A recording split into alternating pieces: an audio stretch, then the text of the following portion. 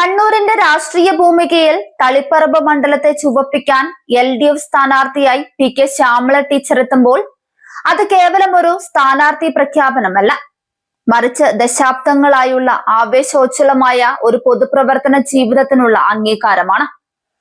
MV Govindan മാസ്റ്ററുടെ ജീവിത പങ്കാളി എന്ന ലേബലിൽ ടീച്ചറെ ഒതുക്കാൻ ശ്രമിക്കുന്നവർക്ക് അവരുടെ 4.5 പതിറ്റാണ്ട് നീണ്ട രാഷ്ട്രീയ ചരിത്രം കൃത്യമായ മറുപടിയാണ് നൽകുന്നത്. കേവലം ഒരു പാർട്ടി സെക്രട്ടറിയുടെ ഭാര്യ എന്നതിലുപരി 80കളിൽ SFIയുടെ തീപ്പൊരു നേതാവായി രാഷ്ട്രീയത്തിലേക്ക് ചുവടുവെച്ച ശ്യാമള ടീച്ചർ കണ്ണൂർ ജില്ലാ കമ്മിറ്റി അംഗമായിരിക്കെയാണ് ഗോവിന്ദൻ മാസ്റ്ററെ വിവാഹം കഴിക്കുന്നത്. വിവാഹശേഷവും വീട്ടിലെ 4 ചുവരുകൾക്കുള്ളിൽ ഒതുങ്ങാതെ പാർട്ടിയുടെ ഓരോ ചലനങ്ങളിലും സജീവമായി ഇടപെട്ടും ജനകീയ സമരങ്ങളിൽ മുൻനിരയിൽ നിന്നും ടീച്ചർ തന്റെ വ്യക്തിമുദ്ര പതിപ്പിച്ചു. മോറാഴ സെൻട്രൽ UP സ്കൂളിലെ അധ്യാപികയായിരുന്ന കാലത്തും ജനപക്ഷത്തു നിന്ന് ചിന്തിച്ച ശ്യാമള ടീച്ചർ നിലവിൽ മഹിളാ അസോസിയേഷന്റെ അഖിലേന്ത്യാ കമ്മിറ്റി അംഗവും സംസ്ഥാന ജോയിന്റ് സെക്രട്ടറിയുമാണ്.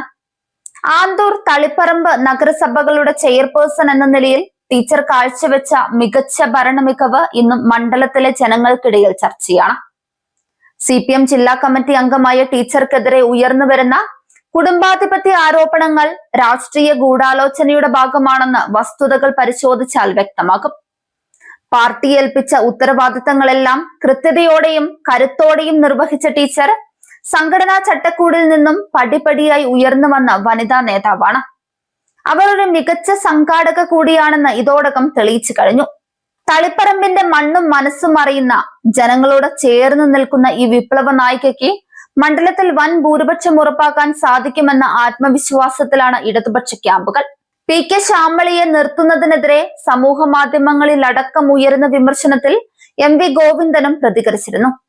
താൻ ശ്യാമളയെ വിവാഹം കഴിക്കുന്നതിന് മുൻപ് തന്നെ അവർ പാർട്ടി പദവികളിൽ പ്രവർത്തിച്ചിട്ടുണ്ടെന്നും DYFI നേതാവായിരുന്ന ശ്യാമള പല പദവികളും വഹിച്ചിട്ടുണ്ടെന്നും അതിനുശേഷമാണ് താനുമായുള്ള വിവാഹമെന്നും അദ്ദേഹം പറയുന്നുണ്ട്.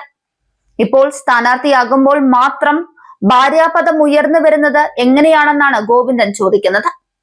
മട്ടന്നൂരിൽ നിന്നും KK ശൈലജയെ പേരാവൂരിലേക്ക് മാറ്റിയതിൽ യോഗത്തിൽ ആരും ഒന്നും അഭിപ്രായപ്പെട്ടില്ല. അതേസമയം തന്നെ ശ്യാമളയുടെ സ്ഥാനാർത്ഥിത്വത്തെ എതിർത്തിട്ടുമില്ല. സമൂഹ മാധ്യമങ്ങളിലെ പ്രചരണം ചില നേതാക്കൾ ചൂണ്ടിക്കാട്ടിയപ്പോഴായിരുന്നു ഗോവിന്ദന്റെ പ്രതികരണം. അതേസമയം ശ്യാമളയെ സ്ഥാനാർത്ഥിയാക്കുന്ന കാര്യത്തിൽ വീണ്ടും ചിന്തിക്കേണ്ട കാര്യമില്ലെന്നാണ് CPIMന്റെ തീരുമാനം. ഇതിനിടെ G സുധാകരനെ അനുനയിപ്പിച്ച് കൂടെ നിർത്തണമെന്ന യോഗത്തിൽ ചിലർ ആവശ്യപ്പെടുന്നുമുണ്ട്. സുധാകരനുമായി സംസാരിച്ച് അദ്ദേഹത്തിന്റെ അതൃപ്തി മാറ്റിയെടുക്കണമെന്നാണ് നേതാക്കളുടെ പൊതുവികാരം.